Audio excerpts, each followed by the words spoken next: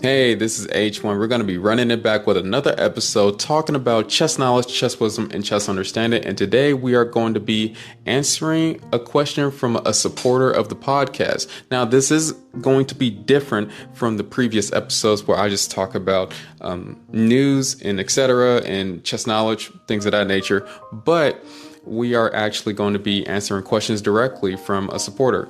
So it's going to be interesting. And I want to make this open to everybody who has questions that they need to be answered, since I've been playing chess for over a decade now.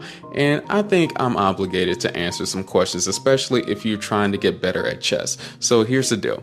If you want to be on a podcast, if you want your question to be answered on the podcast, email me at chessknowledgewith and don't just email me just a cold question, but something more in depth, at least like a couple paragraphs about how you got to the question, what you've been struggling with for the past few weeks or so. Give me an in-depth explanation so that I can give you the right answer. The more you write out in the email, the more I can answer you directly and accurately. So let's get into it. In the next segment, let's just go through it.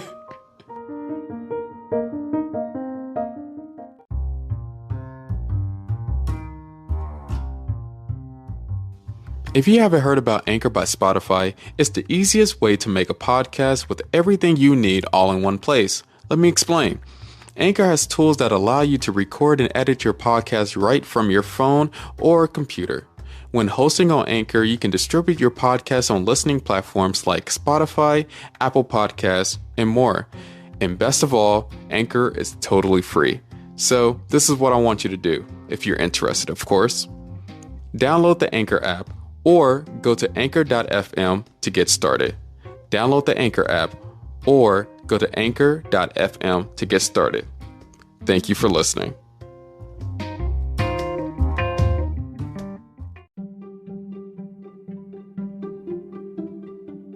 All right, so we got an email by John, and he's from Illinois.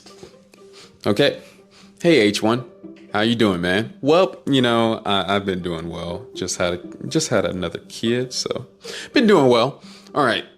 I hope you're staying cool out there. I reached out to you on Instagram a couple months ago and asked you about how to calm down after a losing streak. Well, I'm having the same problem again, but with tactic puzzles. I put too much stock into them, and now I've hit a wall.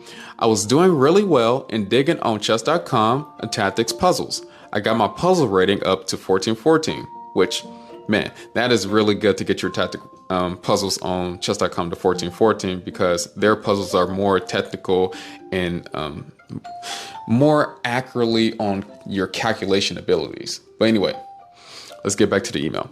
But now I'm on a major downswing and back down to 1280. I'm getting so frustrated with these puzzles, man. I feel like such an idiot getting these easy ones wrong over and over again that looks so obvious after I see the solution. I wish I didn't care about my rating, but I do. It feels like it is a representation of my progress, and when it goes down, it feels like I'm getting worse and regressing, which drags me down and puts me in a bad mood. This is the worst cold streak I've had since starting puzzles a few months ago, and I get so down on myself for getting so many of these wrong in a row, and then my whole day turns crappy. It's insane that I'm letting this affect me so much, but I can't stand facing that feeling of failure and disappointment over and over again, and that seems to be the only way to learn this stuff. I'm beginning to wonder, how many times do I have to get something wrong before it actually sticks? And I've really learned it. Let me just answer that now. You're always going to be repeating all the knowledge that you have done. And even when I go on like little breaks on chess and I come back to the game, I repeat everything that I've learned, like all the advanced tactics, all the strategies that I should be focused on, etc. I repeat everything before I play a game. So you're always going to be learning stuff. And yeah, it does take a while to stick, because there's a difference between doing chess puzzles and doing those chess puzzles in real games. Those are two completely different things. which I talked about in my episode on chess strategy, and I did an episode on chess tactics, talking about how chess strategy is what leads to chess tactics. So you have to learn chess strategy to do the tactics that you're learning on the chess puzzles. But anyway, there's another thing too. Oh yeah, getting mad and upset about stuff and it ruining your whole day. All of that is true. And there's probably some people who know about this, but it really sucks when you're like losing in a like 10 games in a row. And I've had these games before, and my wife I'll be losing a game and I get so angry at myself, and then I look at my wife and like, man, I just be in a bad mood, and she knows I'm in a bad mood, and she tries to do the best she can to like comfort me and stuff, but it really gets to you just especially seeing your rating drop 100 points. It's like, gosh, Lee, can it go any lower? Can it get any worse than this?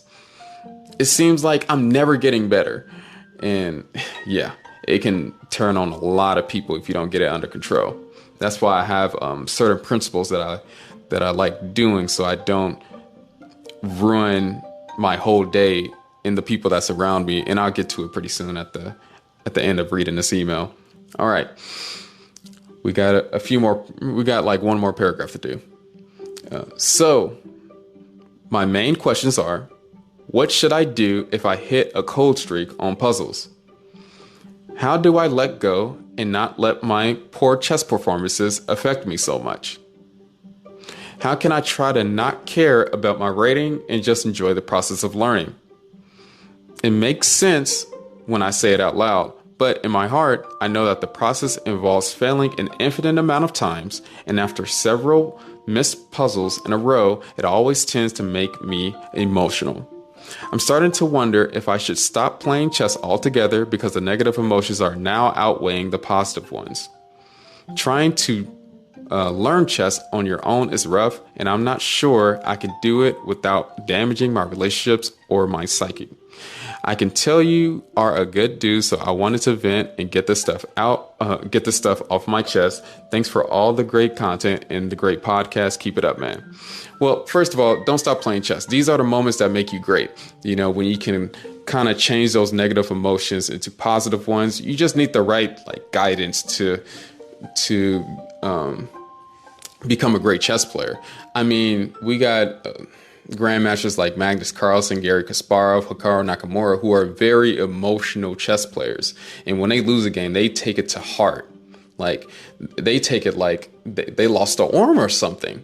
And that's a good thing. That means that the more upset you are about the game, that means it matters to you, right?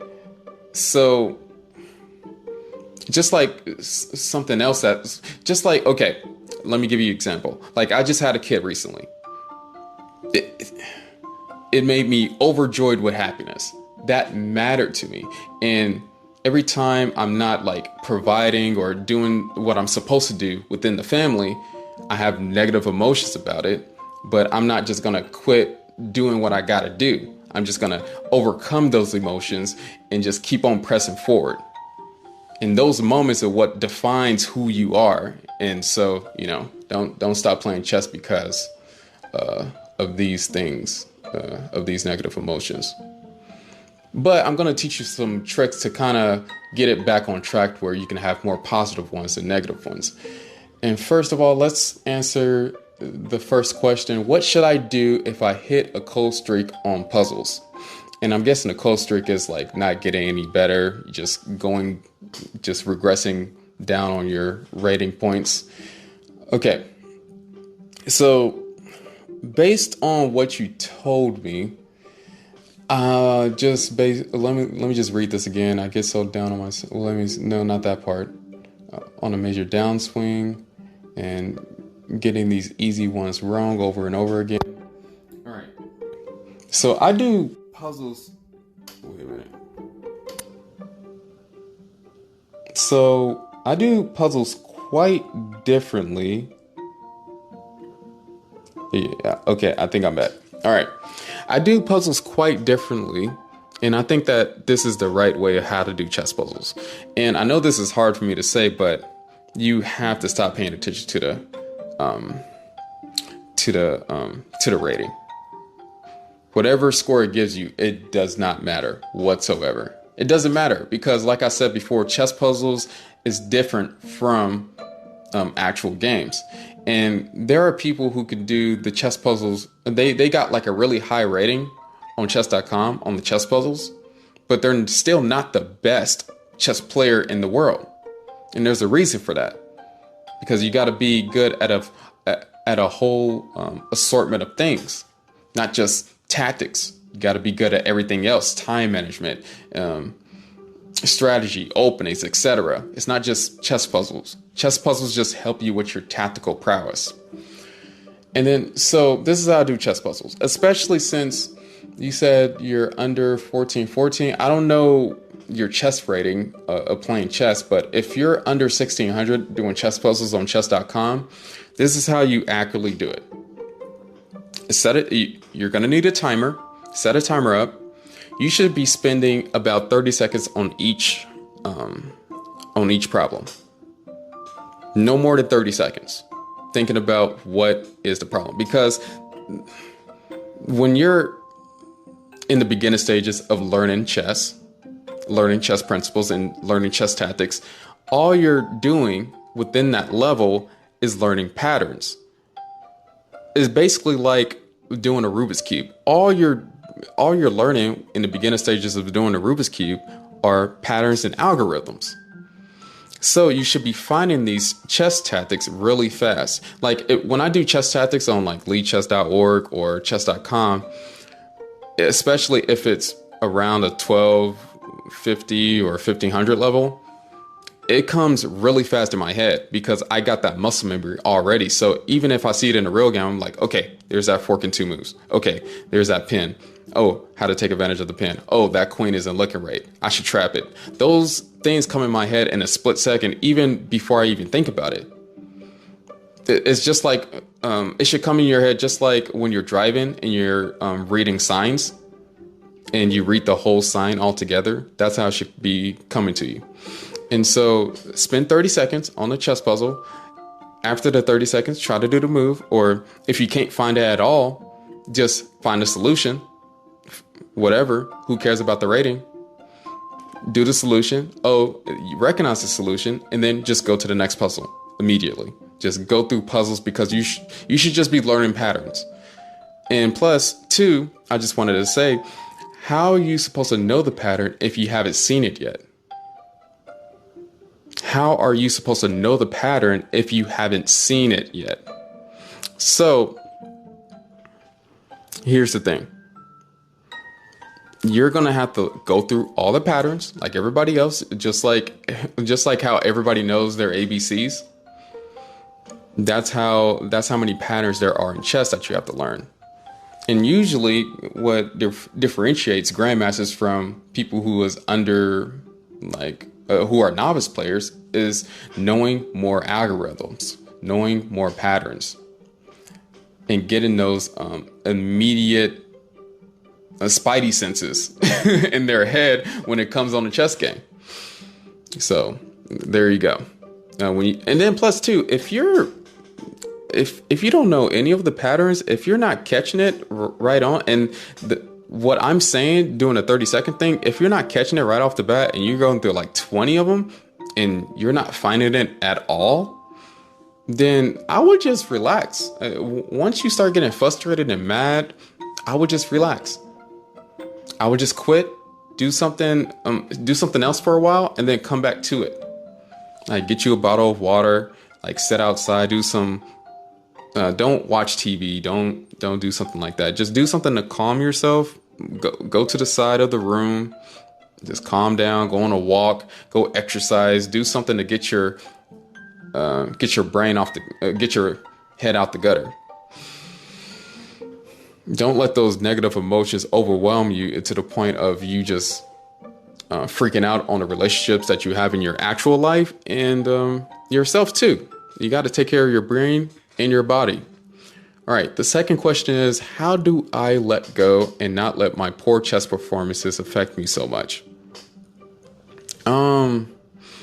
Have another hobby. And like exercising. I can't enough just exercising is such a good thing to do, especially if you're having poor chess performances. Like, for example, when I'm playing chess games and I lose a chess game right off the bat, I immediately get upset.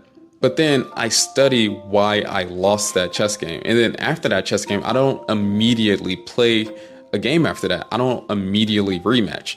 I do something else on the side. Maybe I just play with my kids or hang out with my wife or exercise. I don't just get right back into it because it's going to make me it's going to make me more upset than that first loss. It's two losses. It's going to make me more upset than you see where I'm getting at. It's going to make me more upset than two losses, three losses, four losses, five. Like I said before, I had 10 losses before. 10 losses in a row. I couldn't even go through the day without feeling upset about that.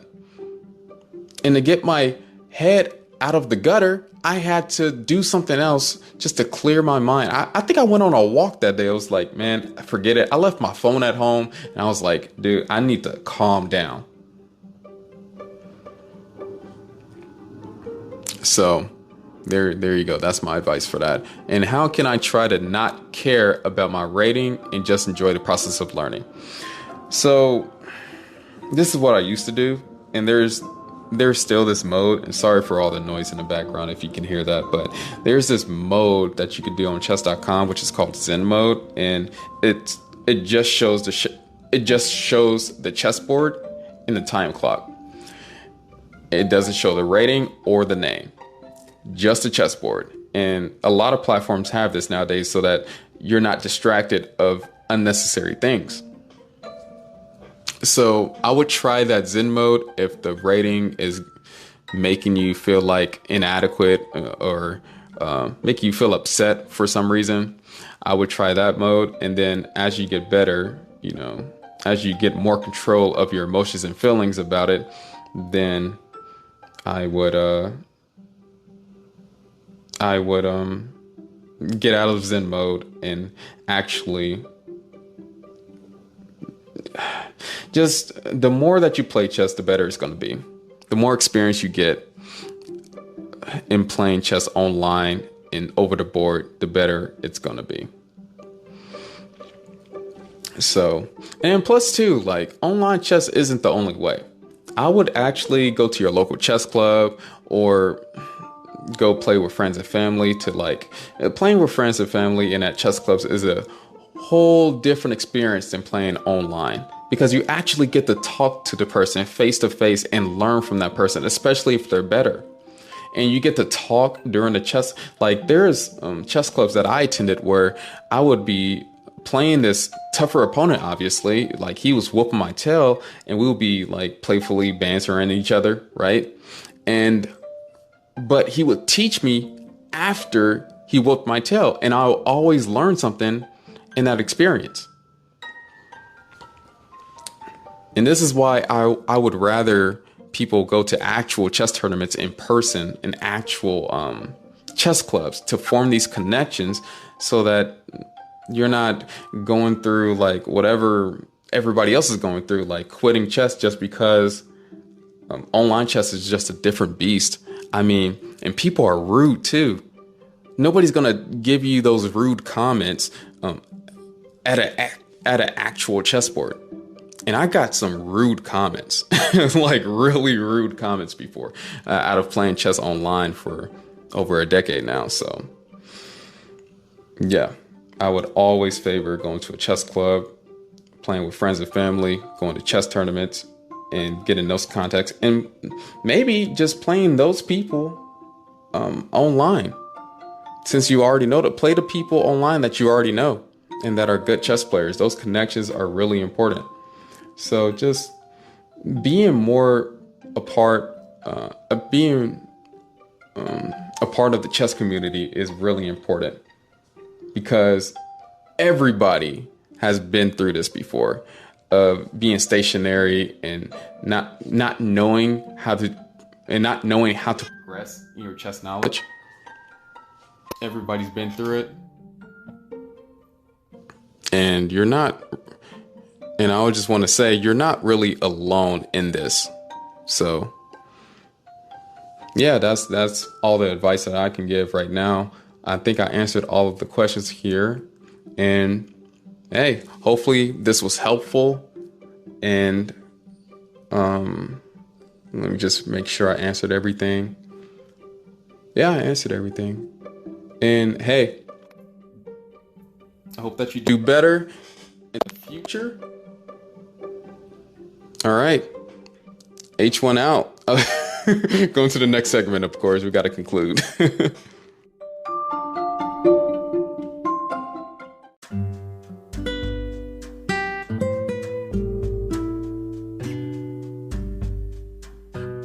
Hey, hope you liked the episode. This was a little bit different from the previous episodes I have done, but I want to be more in tune with the people that listen to the podcast. And so I want to be able to answer the questions that people have. And, if you have more questions that you need answered that I haven't answered in my previous episodes at all, then please do so. Please send me an email on chessknowledgewithth1@gmail.com. or on Instagram, and I can give you my email there because it's easier on Gmail. But yeah, there you go. Hopefully you liked it. It's different. I liked it. It was cool. I can just get my thoughts out clearly without me like texting a paragraph on how to do it. I can actually explain it better on the podcast than I can just messaging. It's different. Audio is really different from reading. I can explain my thoughts clearly. So, hey, thanks for listening. And you made the right decision by being here. Stay safe out there. Peace.